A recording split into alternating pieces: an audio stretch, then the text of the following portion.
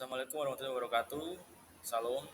Perkenalkan nama saya Radit Adita. Di sini saya akan menjelaskan tentang SDGs 14, yaitu melestarikan dan memanfaatkan secara berkelanjutan sumber daya kelautan dan samudra untuk pembangunan berkelanjutan.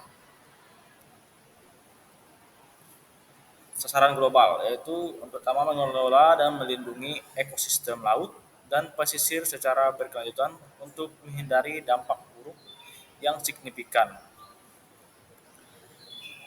termasuk dengan memperkuat ketahanannya dan melakukan restorasi untuk mewujudkan lautan yang sehat dan produktif, secara efektif mengatur permanen dan menghentikan penangkapan ikan yang berlebihan, penangkapan ikan ilegal dan praktik penangkapan ikan yang merusak, serta melaksanakan rencana pengolahan berbasis ilmu pengetahuan untuk memulihkan persediaan ikan secara layak dalam waktu yang paling singkat yang memungkinkan setidaknya ke tingkat yang dapat memproduksi hasil maksimum yang berkelanjutan sesuai karakteristik biologis. Terus yang ketiga, melarang bentuk-bentuk subsidi perikanan tertentu yang berkontribusi terhadap kelebihan kapasitas dan penangkapan ikan berlebihan, menghilangkan subsidi yang berkontribusi terhadap penangkapan ikan ilegal yang tidak dilaporkan dan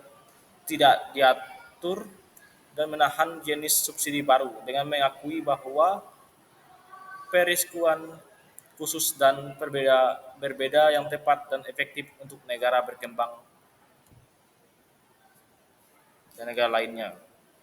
Terus sasaran PBB 2024 yaitu yang pertama tercapainya presentasi penurunan sampah yang terbuang di laut dari baseline sebesar 60%, meningkatkan pengelolaan kemaritiman perikanan dan kelautan melalui penjaminan akurasi pendataan stok sumber daya ikan dan pemanfaatan 11 FWPP. Ketiga, tercapainya model percontohan penguatan tata kelola 11 WPP. Yang keempat, terjaganya proporsi tangkapan jenis ikan yang berbeda dalam batas biologis yang aman, kurang dari 100% proporsi produksi perikanan tangkap laut atau JTB. Yang kelima, meningkatkan jumlah luas kawasan konservasi laut atau perairan seluas 26,9 juta hektar. Yang keenam, terkendalinya illegal unflagged dan unregulated atau IUU fishing dan kegiatan di laut yang berusaha ditandai dengan presentasi kepatuhan pelaku usaha kelautan dan perikanan sebesar 98%. Yang ketujuh, meningkatkan akses pendanaan kelautan dan perikanan skala kecil kepada pelaku usaha.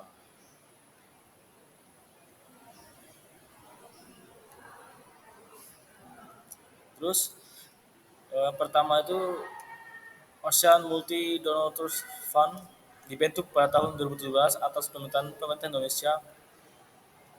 Ocean Marine Debris and Coastal Resources Multi Donor Trust Fund atau Ocean MDTF mendukung agenda kelautan nasional Indonesia melalui peningkatan pengetahuan, pemahaman, dan koordinasi.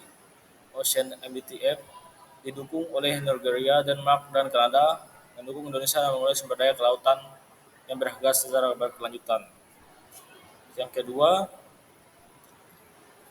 Coral Reef Rehabilitation and Management Project atau COREMAP. Coral Reef Rehabilitation and Management Project atau COREMAP telah mendukung pemerintah Indonesia melindungi terumbu karang yang bernilai tinggi secara ekologis dan ekonomis.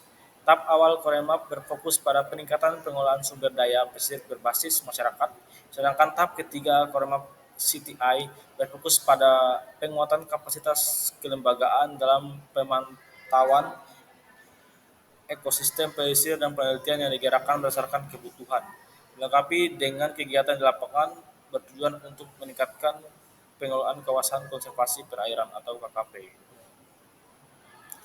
Terus yang ketiga, Indonesia Challenge Fund atau Coastal Fishers Initiative, program Indonesia Challenge Fund dari Bank Dunia memberikan dukungan teknis kepada pemerintah Indonesia dan sektor swasta untuk meningkatkan keberlanjutan di sektor perikanan di Indonesia melalui 4 kegiatan yang saling berkaitan. Penelitian tentang hambatan dan kesempatan bagi investor secara swasta, sektor swasta dalam perikanan berkelanjutan, mendukung pengembangan investasi di rantai pasok perikanan, menghubungkan investor dengan calon penerima dana, dan pertukaran pengetahuan untuk membuka kesempatan investasi berkelanjutan.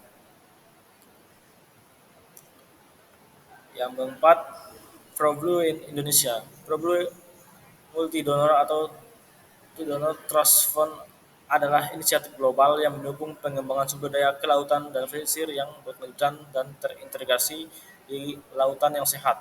Di Indonesia, ProBlue menyediakan dukungan teknis kepada pemerintah Indonesia untuk bertransisi menuju ekonomi biru atau pembangunan sektor ekonomi yang berkelanjutan dan terintegrasi dengan lautan yang sehat. Secara khusus, dukungan ProBlue mencakup menyediakan analisis dan konsultasi tentang pengelolaan program berkelanjutan, merancang program untuk meningkatkan mata pencarian pesisir, dan menyatukan para donor potensial dan mitra dan mendukung pembiayaan untuk ekonomi biru. Jadi hanya itu yang saya sampaikan. Mohon maaf jika ada kesalahan. Terima kasih.